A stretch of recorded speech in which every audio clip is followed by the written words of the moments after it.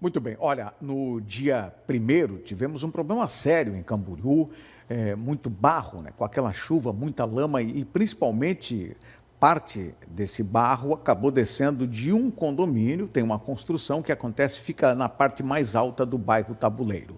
Para trazer as informações sobre as medidas tomadas com relação a essa situação, está conosco aqui a presidente da FUCAM, a Fundação do Meio Ambiente de Camboriú, Jamile Nayara. Olha, Jamile, é um prazer te receber aqui. Boa tarde. Boa tarde, Saul. É muito bom estar aqui mais uma vez no seu programa para trazer esclarecimentos para a população. Infelizmente, tivemos um episódio bem preocupante e aproveitar a audiência desse programa para trazer esclarecimentos, então, para a população. Certo. Vamos lá, então. Vamos aproveitar e eu gostaria que você contextualizasse. Essa construção está acontecendo, vem ocorrendo ao longo do tempo e percebeu-se que em chuvas acontece que desce muita lama, né? E eu queria que você falasse o local dessa construção tal, e como é que está a situação desse empreendimento. Então, trata-se de um condomínio de lotes, né, no bairro Tabuleiro, numa região alta.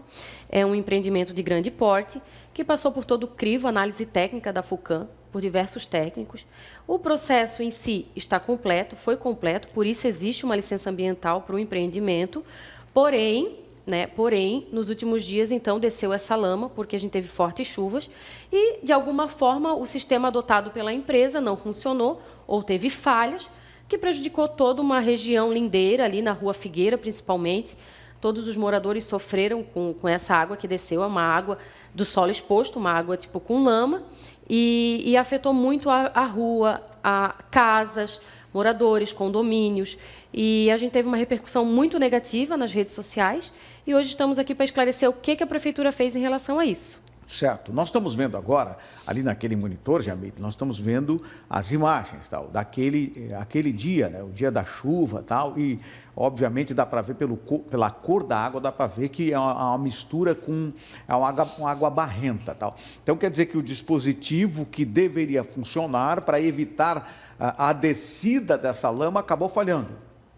Exatamente, exatamente. E o que vai ser feito para corrigir? Porque é uma situação bastante difícil, principalmente para as pessoas, que muita gente que estava com visita, né, teve todo esse incômodo. A chuva já era um problema sério, agora ainda mais com esse lodo. O que vai ser feito? Qual é o acordo que foi feito com esse condomínio? O que acontece, Saúl e toda a população, né? A Prefeitura ela não ficou parada.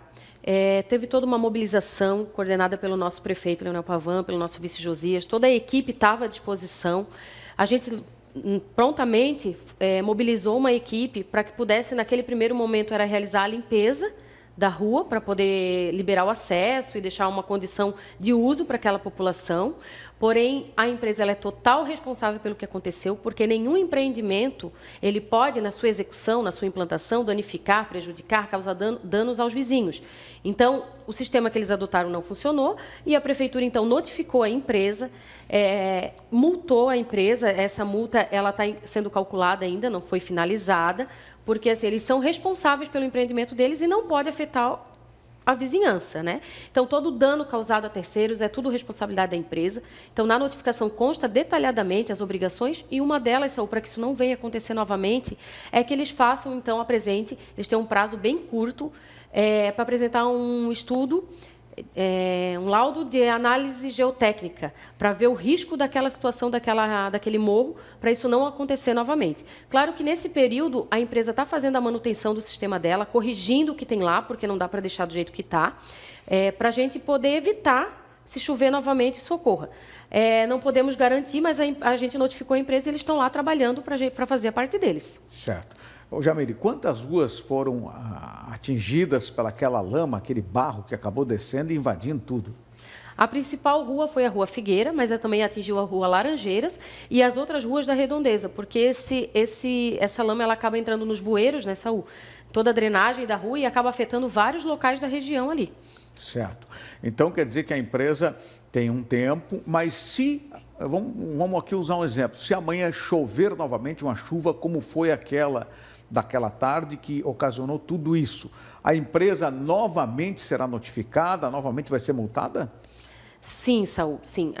O que a gente fez? Primeiramente, eles tinham que ir lá, fazer uma manutenção emergencial, para que evite danos maiores, né? Porque abriu uma vossoroca, aquela água desceu, então eles tinham que ir lá fazer uma contenção provisória de emergência, mas os estudos e os laudos apresentados, solicitados, eles têm 5 dias para apresentar. Com esses laudos é que a gente vai tomar, então, a medida mais, algo mais robusto, medidas de engenharia mesmo para evitar isso. Se, porventura, acontecer uma chuva torrencial novamente, tomara que toda a estrutura adotada hoje, que está em manutenção, funcione, mas sim existe um risco, porque todo solo exposto, principalmente para empreendimentos de grande porte, ele pode sim gerar esse transtorno. Não é o que deve acontecer, não é o que a empresa não pode gerar isso, mas a gente não consegue anular esse risco totalmente, né? Infelizmente. Certo. Tem alguma rua que ainda falta, ainda não foi realizada a limpeza? Só o que eu tenho conhecimento, a Secretaria de Obras, com uma equipe grande, já fez a limpeza de todas as ruas dali da região. Existe, sim, uma manutenção que precisa ser feita em bueiros, desentupimento, que é algo permanente, né? Que é cotidiano, que precisa, então, ter uma força-tarefa um pouco maior. Mas as ruas em si já foram limpas. Certo.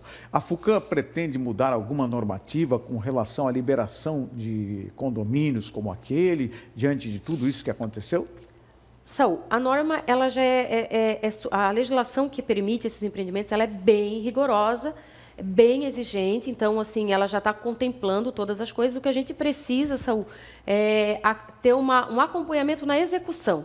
Então, é algo que a gente conversou na FUCAM, a gente precisa de uma fiscalização maior durante a execução desse projeto, para ver se está de forma como estava no projeto apresentado, e dessa forma evitar, então, maiores, principalmente desempreendimentos grandes. Bom, eu aproveito também para fazer menção aqui, tocar no assunto da questão daquela ponte da Cobra Fria, que estava interditada para veículos pesados. Como é que está a situação?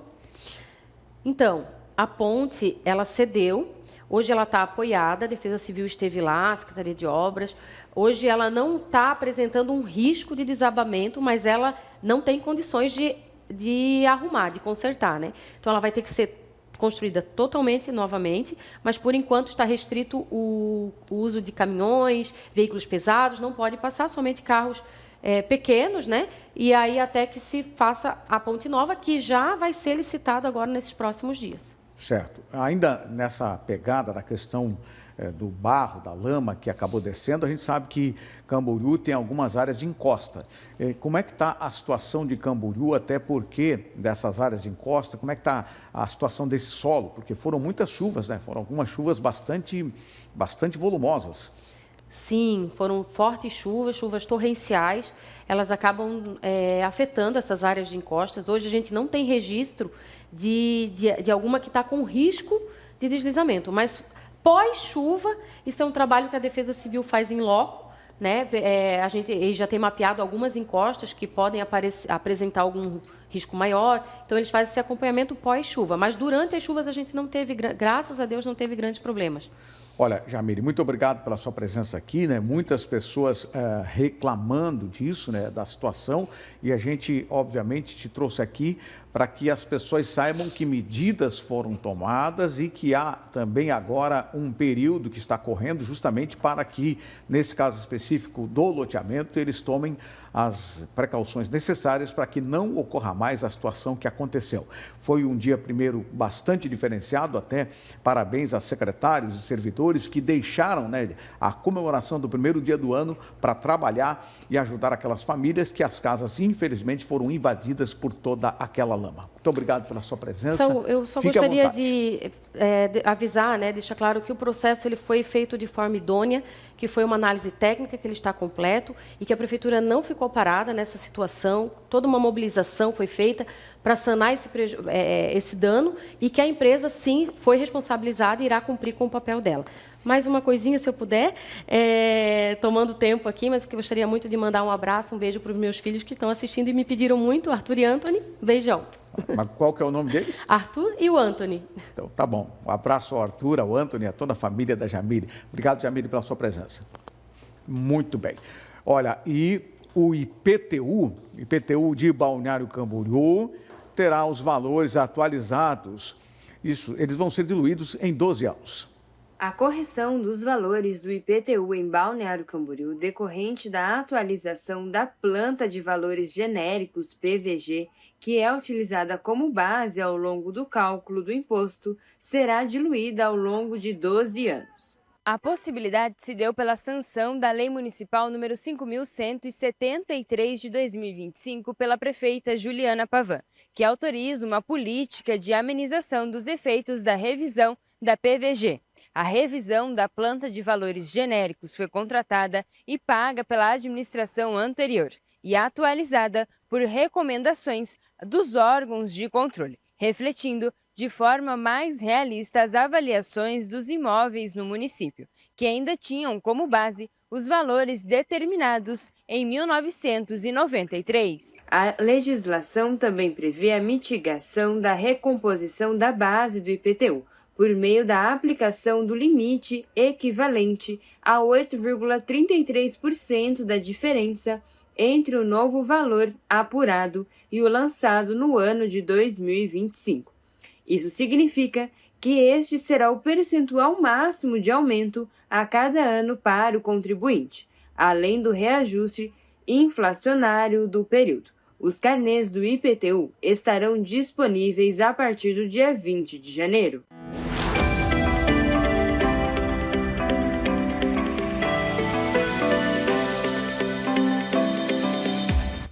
Muito bem, vamos ao comentário político de Joel Rosa. O ano iniciou, né? Iniciou muito bem para vários agentes políticos, menos para o Maduro. O que vai acontecer? Quais são os reflexos que poderão acontecer para nós aqui no Brasil, em virtude justamente desta ação dos Estados Unidos, capturando Maduro, que inclusive já está em Nova York e deve passar por um julgamento. Boa tarde, Joel Rosa. Boa tarde, Saul. Boa tarde, amigos em casa. Então, no último dia 3, os Estados Unidos fez uma operação na Venezuela, capturando ali o presidente Nicolás Maduro, uma série de crimes feitos por eles ali, do narcotráfico e entre outros crimes, né? Então ele foi levado aos Estados Unidos.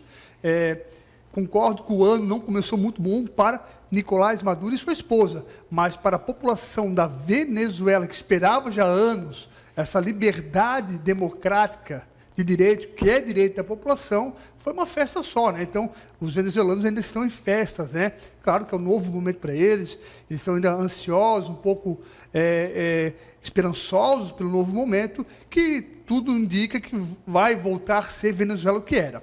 Agora, em relação à questão com o Brasil, de primeiro momento, não vai ser nada impactado o Brasil, né? Até por questões realmente que o Brasil nós temos essa soberania democrática, mesmo não querendo, não respeitando, não aceitando, mas a democracia ainda faz parte do Brasil e as nossas eleições são democráticas. Então nós temos que entender isso de primeiro momento. Mas claro que com a chegada dos Estados Unidos na Venezuela e toda essa questão ideológica que os Estados Unidos vem trazendo para a América e para a América do Sul, sim, vai sim impactuar aí na eleição desse ano. Então nós vamos ver sim realmente alguns impactos nas eleições para o presidente na relação da questão dos americanos, dessa questão da direita, dessa questão da liberdade. Então nós vamos ter sim isso pelos bastidores sendo trabalhado, porque o entendimento aí americano é tornar toda a América e a América Latina com viés de direita. Certo. Agora eu te pergunto, Joel Rosa, esse é um recado dos americanos, do Donald Trump, principalmente para o Brasil? Essa ação, né? Uma ação que ninguém esperava e acabou acontecendo. Saul, eu acredito que não teve recado nenhum para o Brasil, essa ação já tinha sido falada para o Maduro, os Estados Unidos já tinha vindo conversando por longos meses ali a questão da questão do Maduro, da redenção, dele se render realmente, dele sair do poder, dele deixar a liberdade para os venezuelanos. Já há meses vinham sido negociando e conversando. O Nicolás Maduro, em nenhum momento, ele quis uma conversa com o povo, com o governo americano e muito menos com o seu povo, né? Então, simplesmente, foi já uma ação que já vinha sendo trabalhado há vários meses e ela entrou aí no dia 3 de janeiro, sendo efetuado e levado ele ali capturado para os Estados Unidos para um julgamento, né? Ele está em Nova York, hoje vai ter uma audiência de custódia aí dele e da sua esposa e provavelmente já nas próximas semanas vai ser feito o seu julgamento. Bom, agora tem um detalhe, né, Joel? O Donald Trump falou também em outros 2 países, tá? Falou da Colômbia, certo?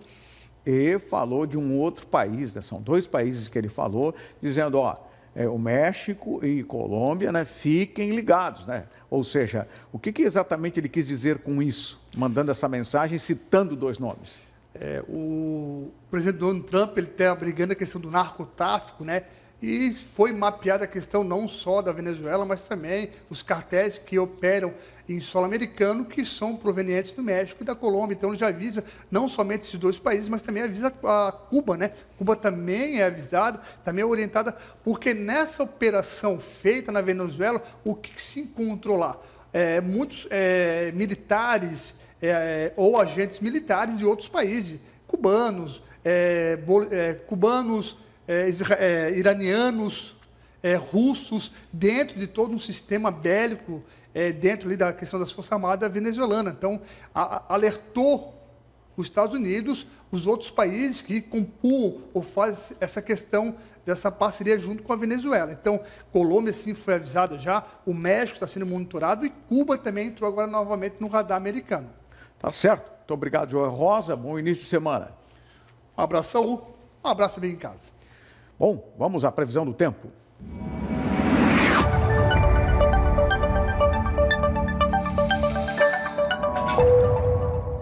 Nesta segunda-feira, na região da Anfre, tempo estável, com sol entre nuvens e sem previsão de chuva ao longo do dia. Temperaturas entre 14 e 23 graus. Em Florianópolis, tarde de sol e variação de nuvens, sem previsão de chuva. Temperaturas variando entre 15 e 22 graus. Na madrugada e manhã de terça-feira, o tempo muda, com aumento de nuvens e condição para chuva isolada, principalmente na madrugada e início da manhã. Na região da Anfre, mínima de 17 e máxima de 23 graus. E em Florianópolis, mínima de 19 e máxima de 24 graus. Muito obrigado pela audiência, obrigado pela preferência. Nós somos a TVC Panorama, TV Cultura para o estado de Santa Catarina. Que você possa ter uma excelente segunda-feira, uma boa semana. Muito obrigado, boa tarde.